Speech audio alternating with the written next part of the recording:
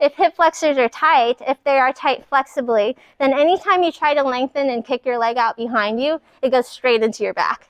And so you need to have that stability and the mobility of your hip in order to extend your leg back without already extending through.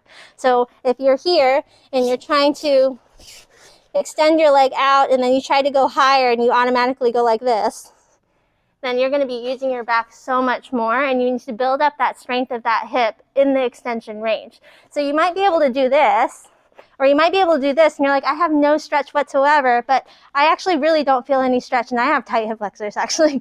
I've been sitting and doing a lot of notes, but my back is really hyperextended. And so all of this is going into my back. Now if I do this and I tuck my pelvis under, I get lengthening. I'm actually already getting a stretch through my hip flexors, but my back isn't getting that extension, right? And so I'm stabilizing here, so I get full hip extension from the hip, not from my back doing this, where it looks like I'm really stretching it out, but I'm really just extending through here.